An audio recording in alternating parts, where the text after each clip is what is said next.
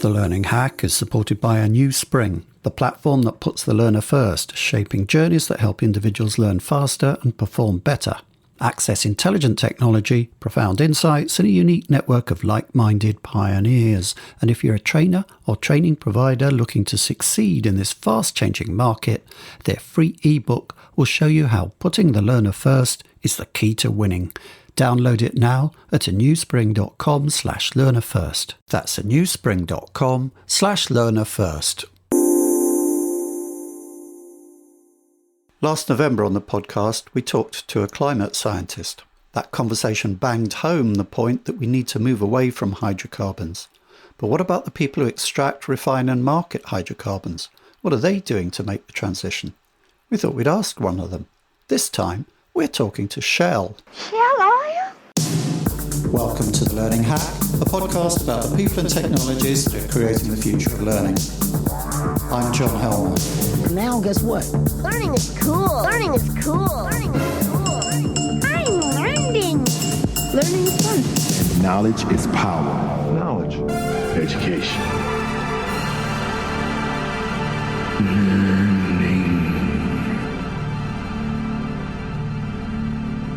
When it comes to learning, Shell is an organisation in transition. It's moving from a federated model of training to something more centralised. At the same time, it's bringing together L&D with organisational development, or OD, and knowledge management is moving closer to learning as well. And all this is happening against a background of a huge shift in skills needed within the organisation as it moves into more sustainable forms of energy alongside its traditional businesses. So we were really pleased to have the chance to talk to somebody intimately involved in this transition. Kate Fitzgerald, Head of FACT, tell us about our guest this time. Facts. Jaap Hoogendoorn is VP Learning Solutions at Shell. He leads a large globally dispersed team of learning professionals that partner with Shell businesses and functions. He's been with Shell since 2006 in a variety of roles based in the Netherlands, Dubai and Kazakhstan. Prior to joining Shell, he worked in strategy consulting. So, Jay Curtis, Head of Themes. What themes did we cover? Upskilling and reskilling are still quite hot topics in workplace learning, John, and Jaap had plenty to say on that subject, understandably. Shell has got a lot on its plate there with the green transition. But it's a multifaceted change programme Jaap is involved in, with a number of threads. You also covered Jaap's personal journey in learning. For someone in such a high-powered position, he was very personable. There's a lot of pessimism about when it comes to the climate crisis, but we've seen a shift in recent years with the US throwing regulatory and financial heft behind the green transition, and all sorts of people beginning to see that as a potential source of jobs and profit. The emphasis seems to be moving from cooperation to global competition, and whatever you think about that, perhaps it at least means people are taking the issues more seriously. A crucial question, though, is how committed the established energy providers really are to the change. One way of assessing that is to see them engaging with the huge structural issues such a change throws up for their businesses. And that's why I found this interview so fascinating.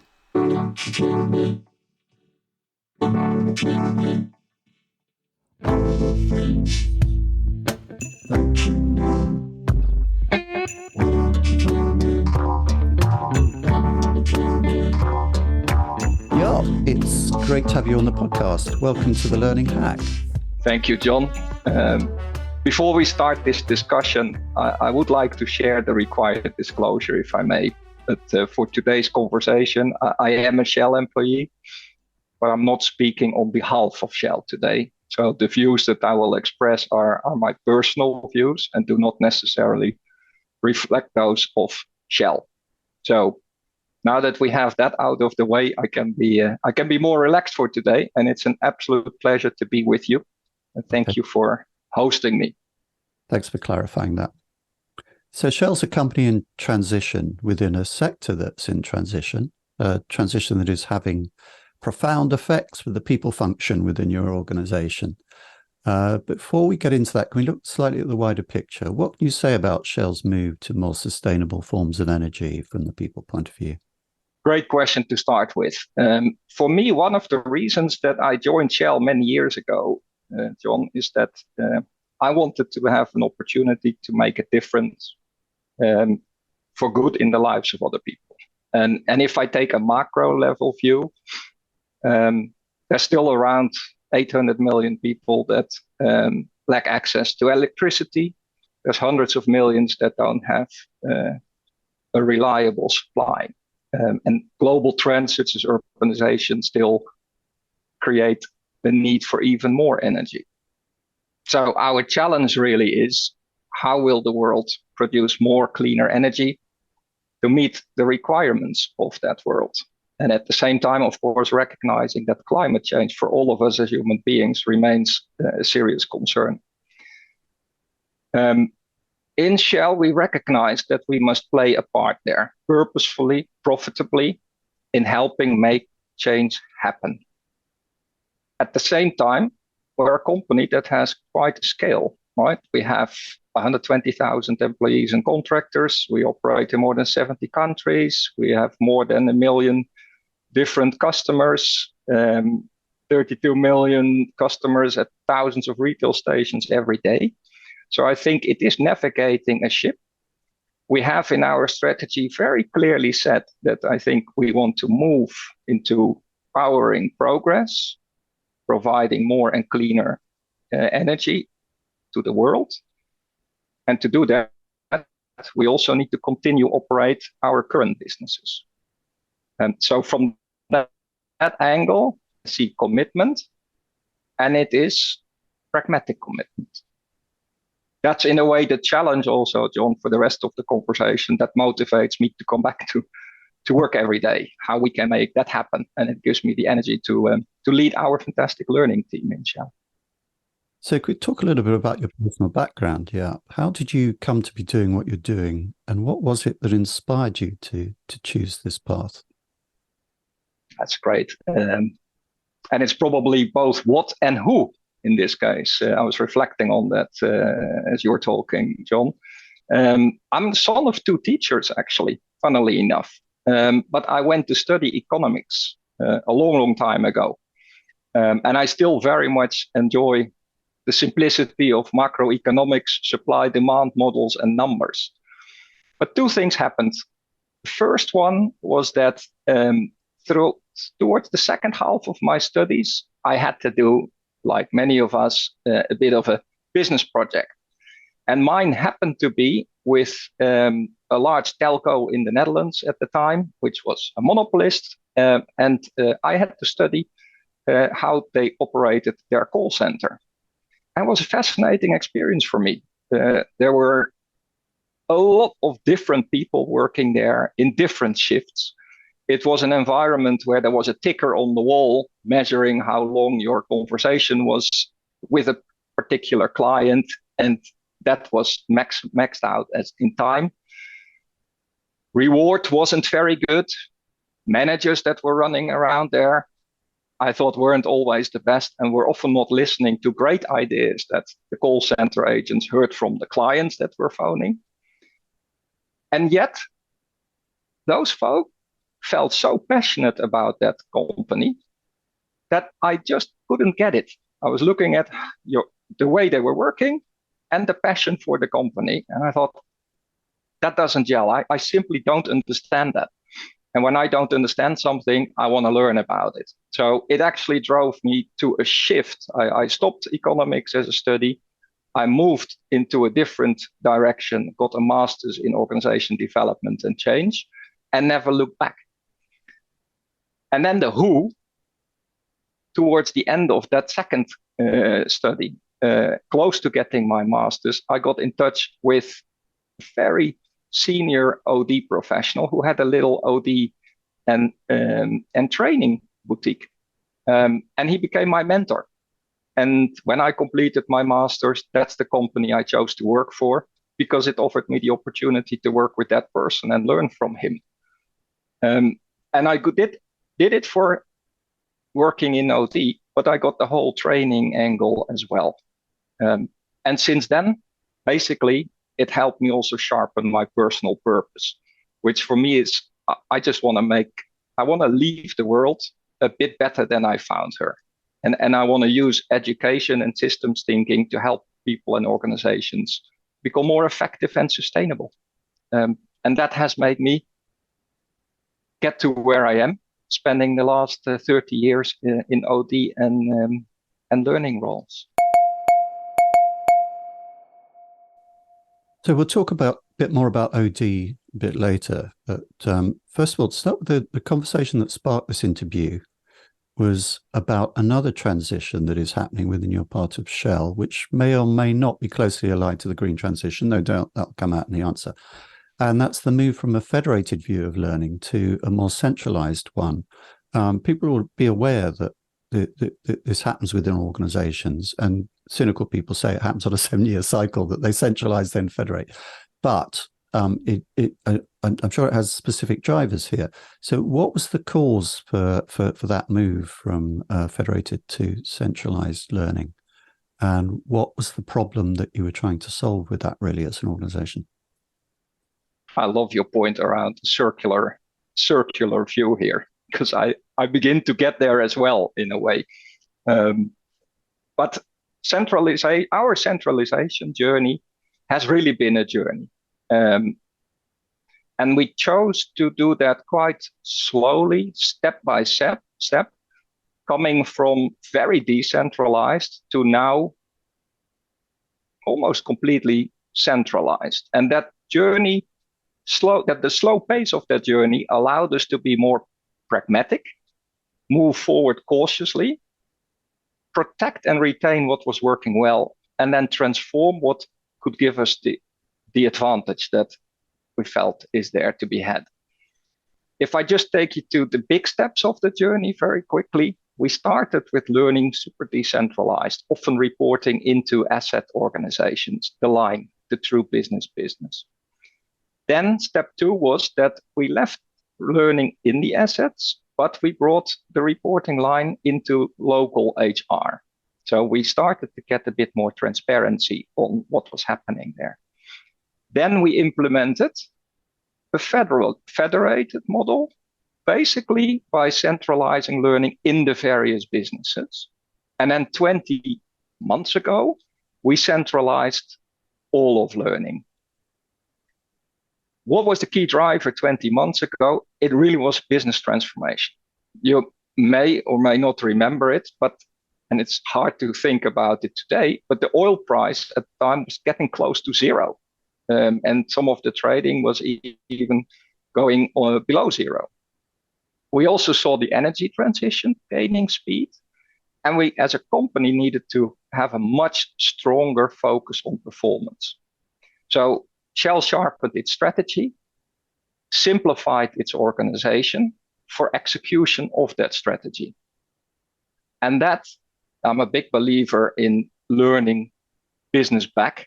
For me, we support the performance of the business. So that set up the challenge for us. And more specifically on the people side, that was that we had more jobs than people, especially in our new energy businesses that are new businesses compared to our existing businesses. That was one, more jobs than people. The second challenge is that we need to be both serving new businesses, think about wind energy, solar, carbon storage, sectoral, which require new skills, whilst at the same time keep delivering the skills that we have been delivering for decades to our existing businesses. That was part 2 of the challenge. Part 3 was, to do that, we want to work integrated across HR, because it's about getting the right person at the right time with the right skill in the right location and the right business. And that is not only a learning play, but also talent and resourcing. So we need to team up. And that's much easier if you have a centralized learning function. And then the fourth part of our challenge was we need to be cost effective, very much 20 months ago, driven by the overall outlook of the industry and the company, yet remain business intimate and get and keep great learning people in learning to deliver all that. So that was, in a way, the key challenge for why we wanted to move to a centralized learning model.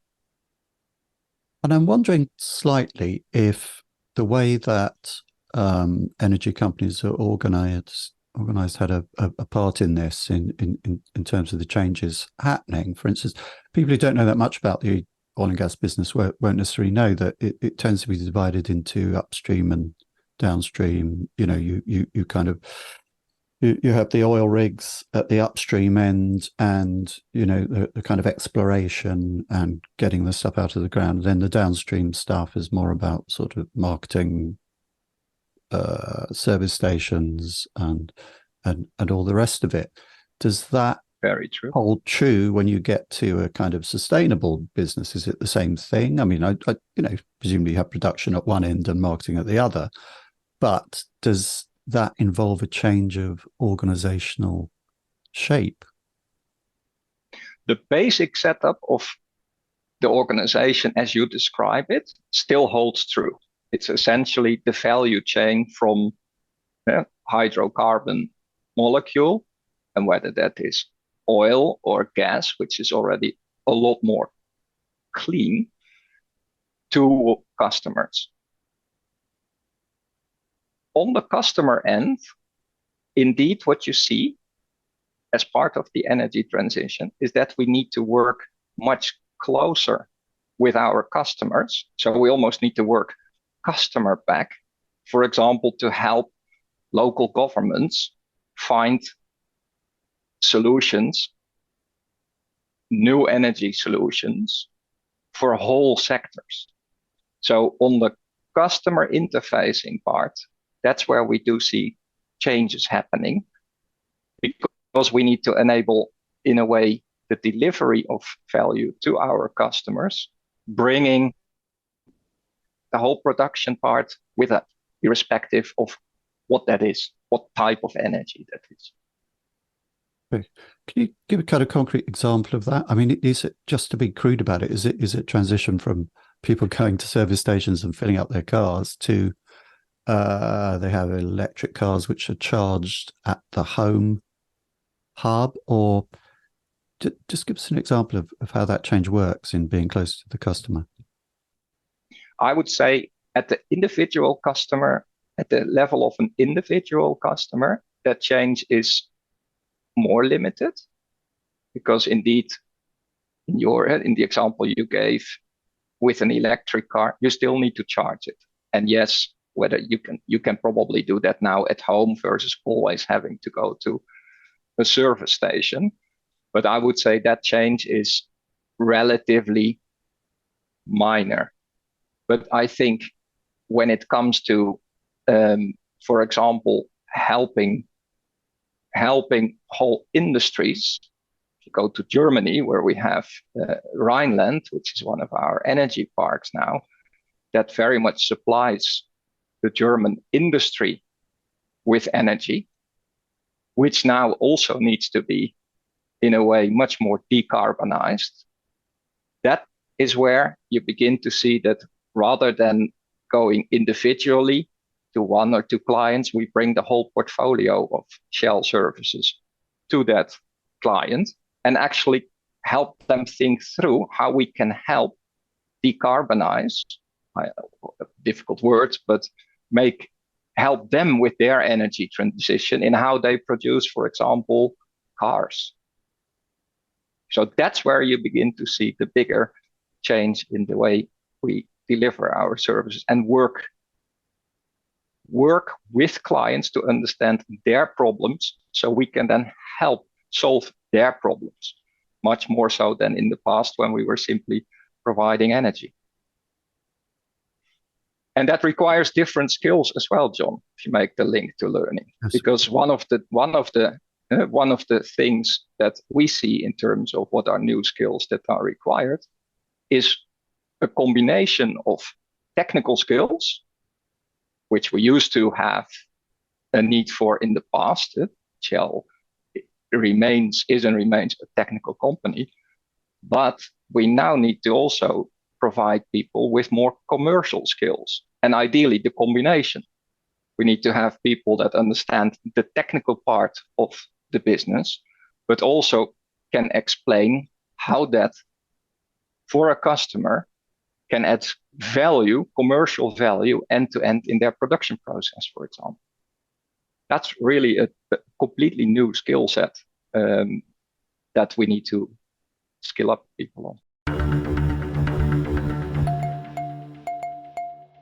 In terms of this larger change you're talking about within learning, from being federated to being centralized, are there developments in technology and learning technology specifically that have made this a more feasible option to do? I mean, really that's a question about the timing. Why the change now? Are you doing it because it's easier to do? Or is there anything within the way that technology is developed and learning technology that's made it more feasible to do it now? I think that the timing is driven by the business, in all honesty. So the transformation and the challenges I described previously is what made us decide that the only way to deliver the skills that Shell needs to execute its strategy can only be delivered by doing this centrally. Technology does help, though. And in particular, if you think about some of the new skills technology, something that we are looking into, that will help us to be much more precise in seeing where we have specific skill gaps across the company at the granular level, in which location, in which business, and then target those much more specifically through, for example, learning and knowledge in the flow of work. So that is an enabler, but it wouldn't be the biggest driver of the change for me. Yeah. Okay. It's interesting to have that clarification of which way round it was, that really the business is what's driving it. Does it help that you have things like skills taxonomies now? I mean, we kind of moved from competency matrices a while ago to the point where everyone talks about skills taxonomies. Is that kind of stuff helping? It's helping, and it's the space that I also need to understand a lot better. I'm in the middle of it at the moment, and we are in the middle of that. And indeed, we come from a world where we talked competencies and where we have to assure competences to make sure that we can run our businesses safely, in particular on the production side. And what we are thinking through is how the increased focus on skills will impact that part in particular. The skills philosophy in itself offers quite an opportunity, I believe. And I see that probably as learning professionals across the world, we're on a journey to understand that better, and also understand the technology, I think the AI that is involved there, on how to get that prize. I think in a very diplomatic way that you've given us a good sense of the status of where that technology is. I mean, we talk about philosophy when we don't quite have the science yet, I think. So that's a very interesting answer. The Learning Hack podcast is supported by Learning News, the learning sector's newswire. Rob and his team are good friends of the podcast, and we really value the help and advice we've had from them, and they do a great job. For the very latest news from around the learning sector, for interviews with learning leaders, the latest from learning sector vendors, and features on workplace learning, go to learningnews.com. I said earlier that we were going to talk about organisational development, OD. Part of your change has been to combine organisational development with L&D to kind of roll them in together. I think that's a very interesting move. Yeah. And there are other interviews I have going with other organisations where they're talking about little bits of convergence, well, not little bits, quite major bits of convergence like that. And I wonder if there's a trend here. So how and why did that present itself as a necessity to put OD together with L&D? Yeah, it's a great question. And it's one that I also am passionate about, having worked on both sides, both OD and learning. So it's one that I have passion with. And I think we moved early. We brought OD and learning together, even a year or two before we went to a completely centralized learning model. And the key driver for that was, again, business challenges. So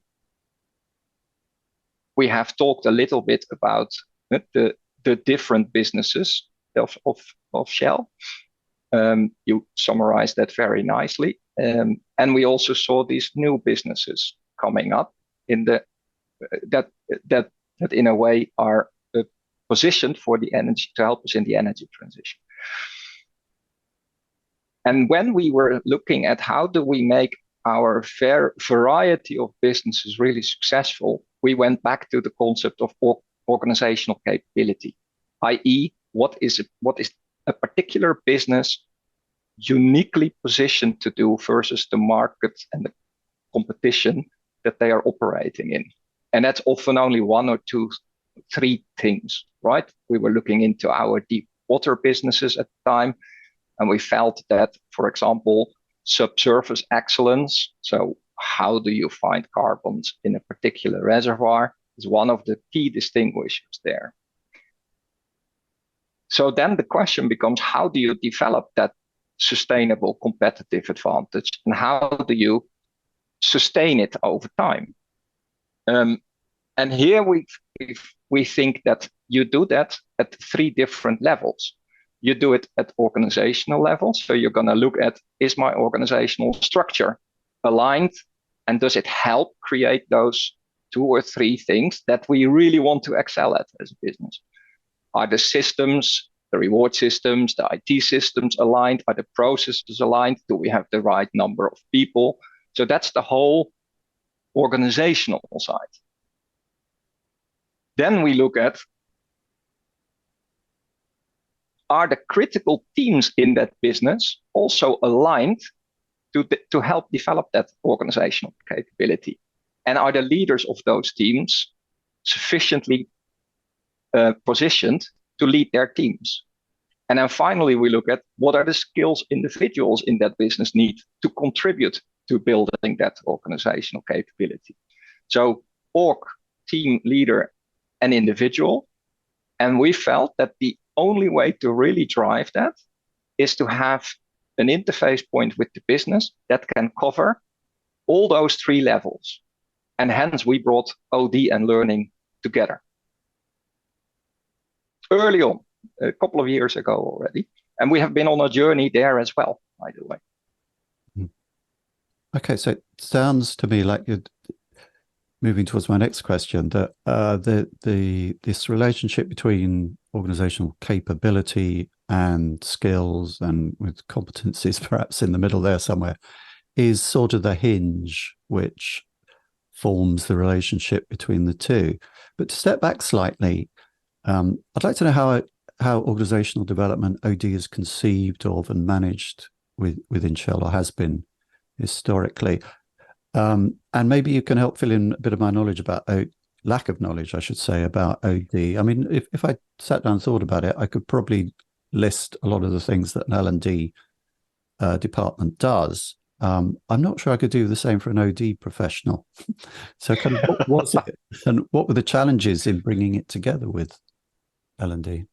Yeah, great question. And in all honesty, I think what is OD and what is it not is as long as I have been an OD professional, the discussion that surfaces at regular intervals. And it actually surfaced in a meeting that I had last week, again, when we were thinking about OD. So it's a great question. And for me, it basically is making an organization more effective by helping that organization take a system lens to the issues and the opportunities it faces.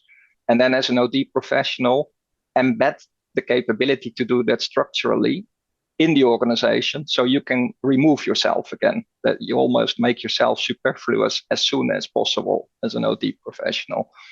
And if you then think about different types of work. I mean, we put in Shell always, we put change management, so large scale change management, business transformation, and how do you embed the change and how do you design the program around that in it, change management, culture and culture change, organization design, causal learning, we put in that as well. So that's my rough definition, John, if that helps. We can talk probably a long time about it, but let me move into the rest of the question, if that's okay with you. Or do you want to talk? Go ahead. Do you want to talk the definition a bit more? No, I think it would be good to know what the challenges are in making that happen and bringing the two together. I will say, though, and maybe you can answer this in the rest of your answer, it does sound a bit top-down. That's maybe a definition of, that's maybe because of where I sit at the moment, indeed. That's a good observation. And OD is generally bottom-up, I think. Or effective OD interventions are designed often bottom-up. If I look at the OD journey that we were on as well, OD, when I joined Shell 17 years ago, OD practitioners were basically very much distributed across the company. Some of them reporting in HR, some of them reporting into businesses. It was not very structured. And we had many of them. And going back to our earlier definition, they were involved in all sorts of different types of interventions and work. As part of the shift 20 months ago, again, we have made the final step in bringing those practitioners together. Right? Over time, we reduced the number of OD in-house practitioners, because of course we bring in external practitioners where needed as well, but we've reduced the number of in-house. And then we have put them in a pool.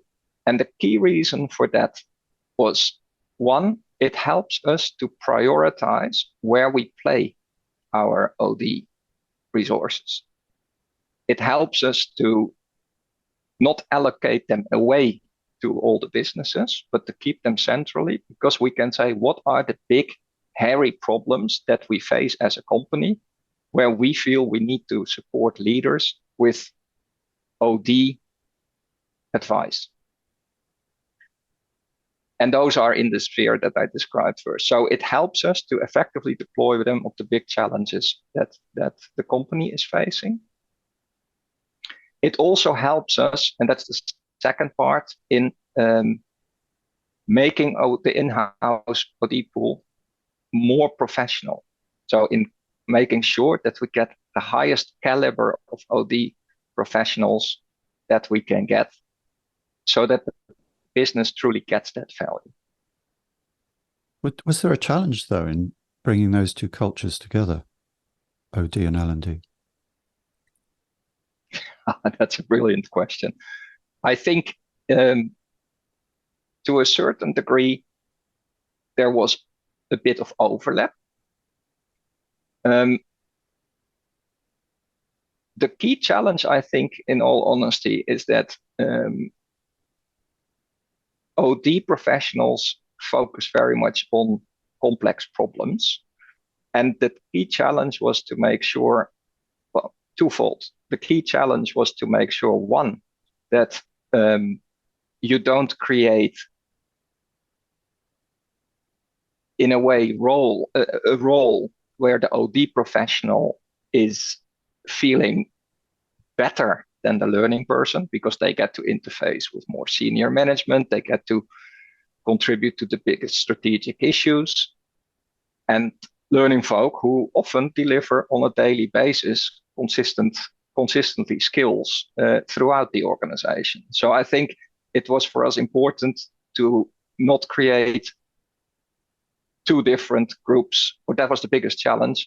How do you make sure that OD professionals don't feel that they're better than the learning folk? The second challenge, ongoing challenge that we have, is how can you truly have practitioners that are both very fluent in OD and very fluent in learning.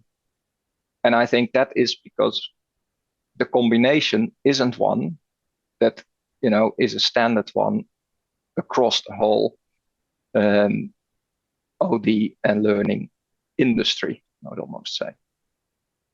So skilling up OD folk to understand how do you effectively grow skills and how do you effectively link skills to performance, but equally skilling up learning professionals to, for example, be comfortable in scoping and designing a team development journey for a leadership team, or do and deliver a successful piece of organization design. Those were the key challenges. I think there's a thing here. People are always talking about how L&D has to become more strategic as a function. You think part of that is possibly lies in this embracing of OD? I think that could be a good one. But I always wonder what strategic really means, John, in all honesty, right? Strategic is almost the holy grail. Everyone wants to be strategic. And if I am truly honest, where does that come from? Is almost I wonder. And often folks that call themselves strategic are not in that type of strategic role. So I almost inclined to be a bit more philosophic. I don't know if it is getting more into the OD space, in all honesty. For me, the biggest shift, if you as a learning professional would want to become more strategic, is that you really move away from courses into performance. And that's one of the shifts we are also trying to drive in the more centralized model, where we see historically, I think many learning professionals were going around with a list of courses, have the conversation with the business, how many courses for who do you want next year, and then deliver that schedule. That, I think, is something that's disappearing. What you really need to do is understand the strategy of your business. What do they want to achieve? And try to translate that in what are then the few critical skills that we really need to build for whom, and then go after doing that as simple and fast and effective as possible. And I think then I'm fine to call myself a strategic learning professional, because then I really can demonstrate how I impact the value of and the performance of that business.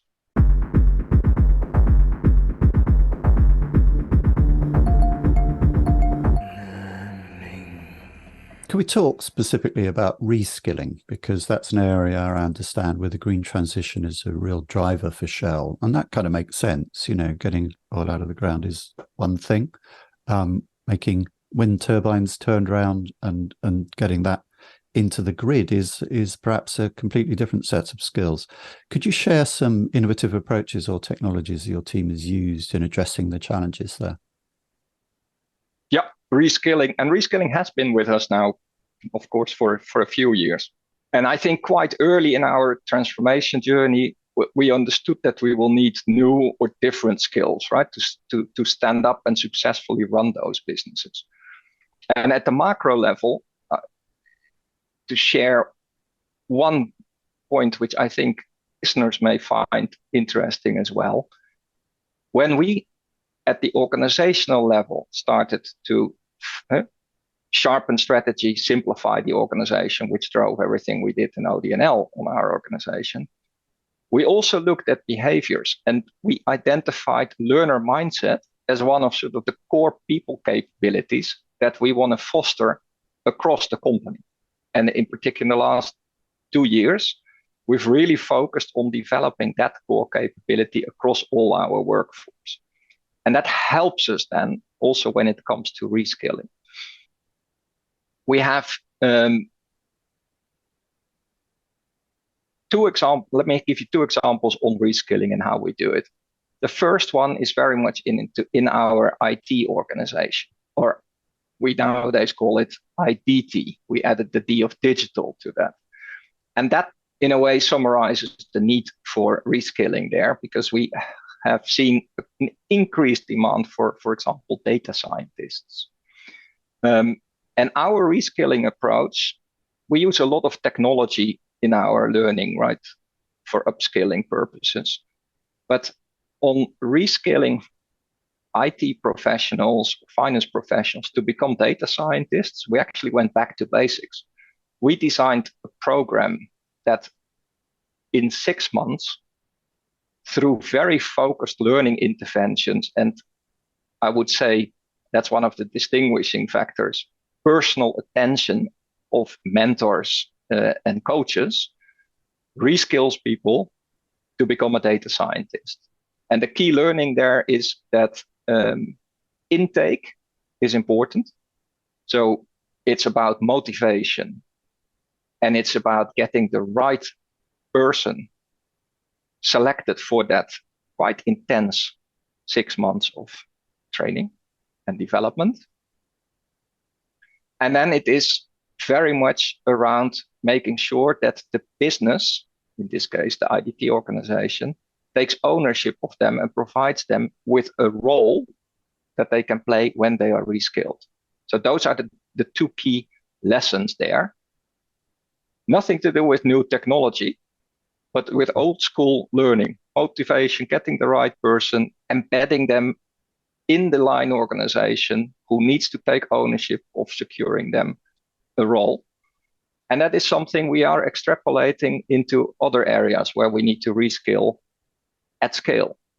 And funny anecdote is, it's something I'm pretty proud of actually, that last year, we've actually taken a group of refugees that are in the Netherlands in this case, onto a summer camp where we offered them an opportunity to also reskill themselves to then get a job in our IDT organization.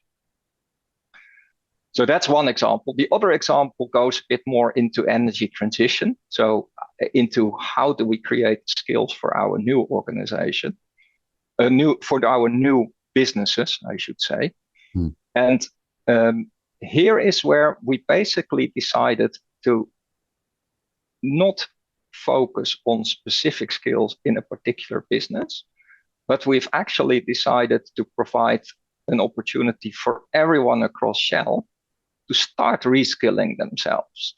And we felt that you really need to do that by creating awareness and then a thorough understanding of specific areas in the energy transition.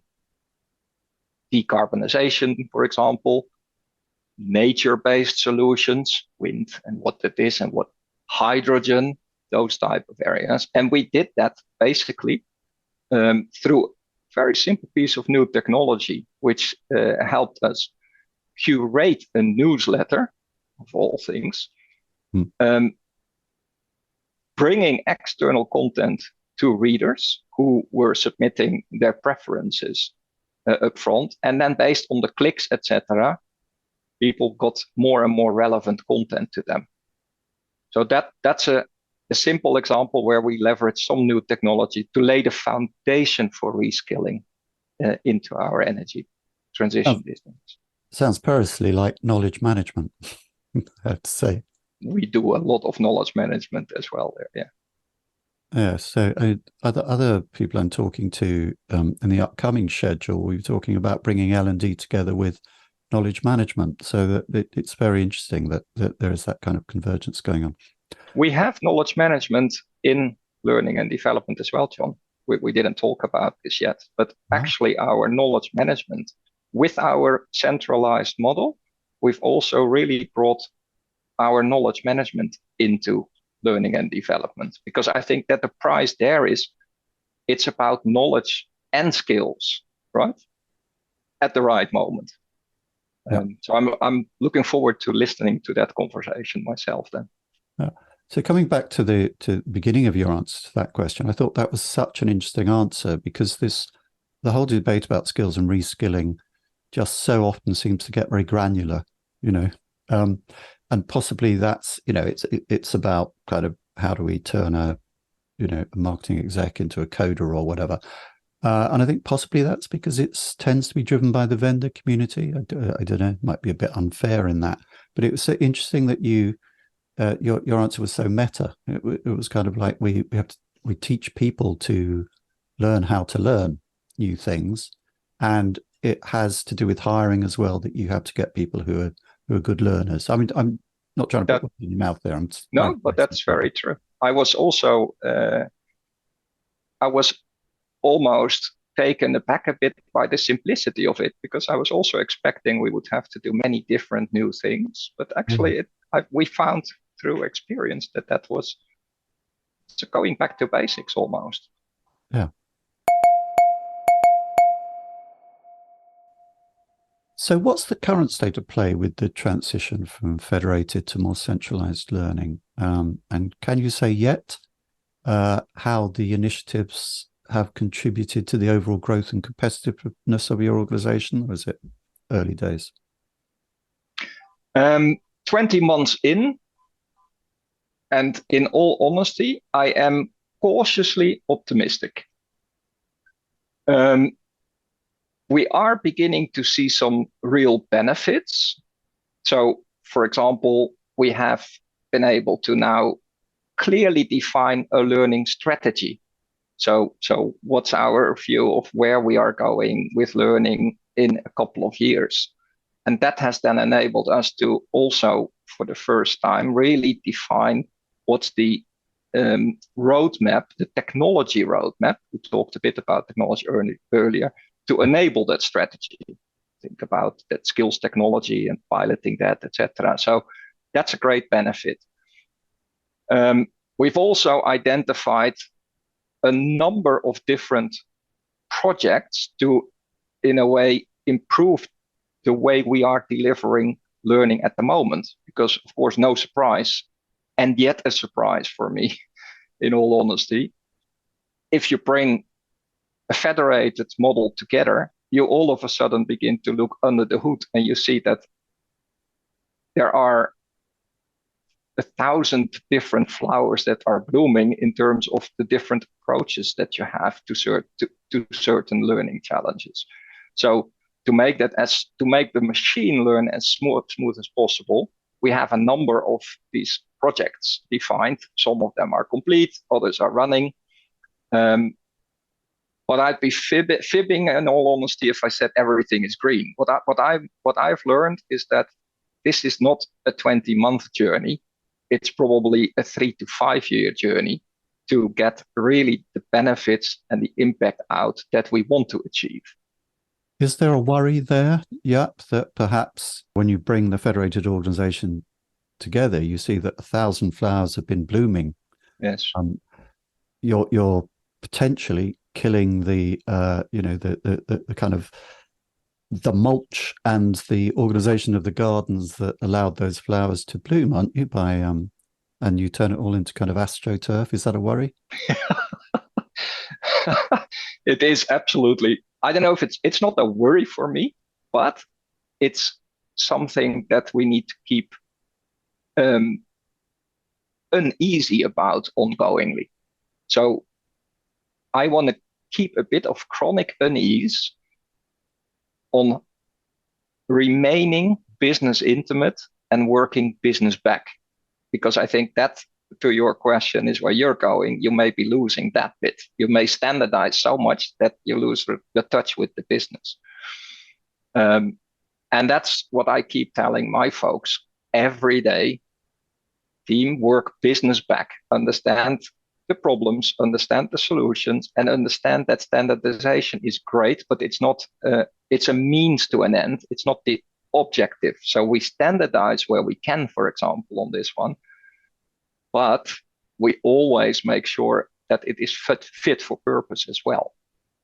And especially in our case, right, with such different businesses, in some businesses, I need to deliver something in our renewables business that we are growing. I need to deliver something, but I need to deliver it really fast. I need to do it very quick because that business is developing quickly. Does it always need to be perfect content, etc.? No, it doesn't. As long as I deliver something fast, I'm good. But if I go to our more traditional businesses, such as for example, wells, which is where we need to drill for hydrocarbons safely and securely, and ensuring that whatever we do there is safe for a very, very long time, then I'm okay to go a bit slower on the speed side, but I need to make sure that whatever we do there is really thorough. And that bit, so holding the tension around that's, I think, where I keep being uneasy. Make sense? Yes, I think that really sums up the complexity that you're having to deal with in the transitions that we've been talking about. Brings it all neatly back together, I think.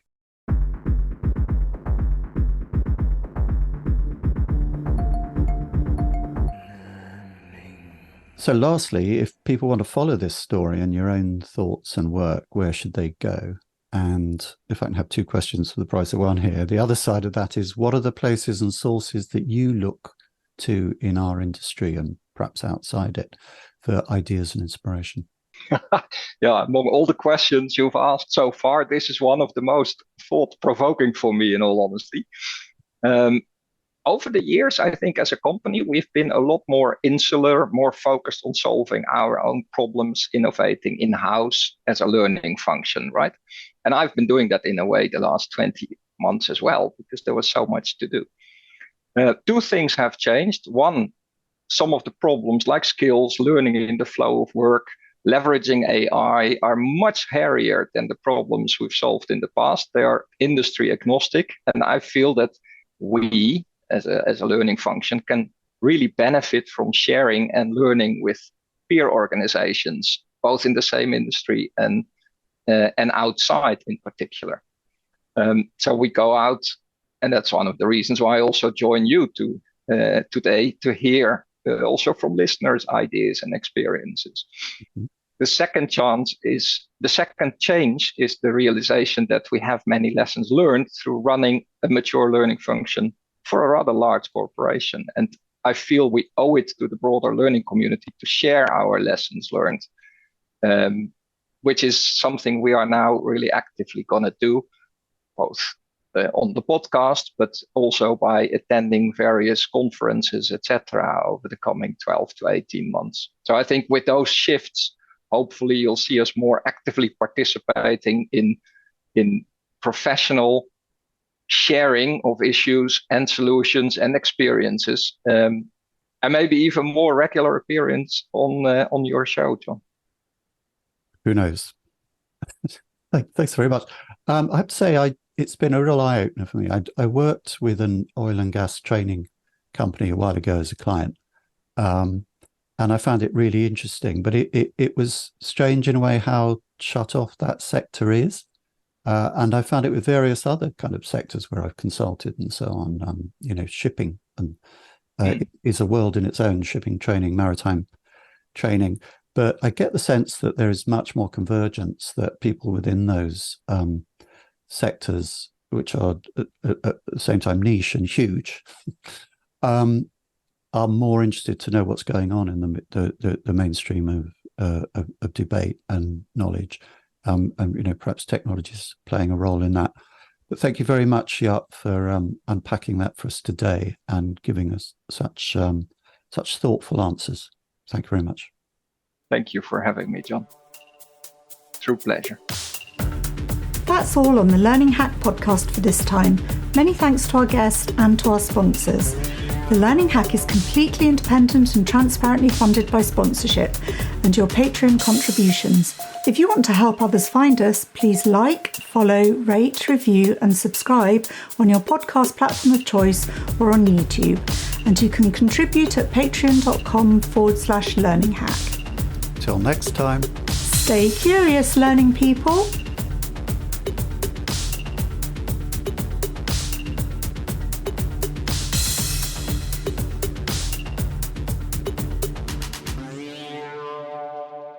Now I finally get it.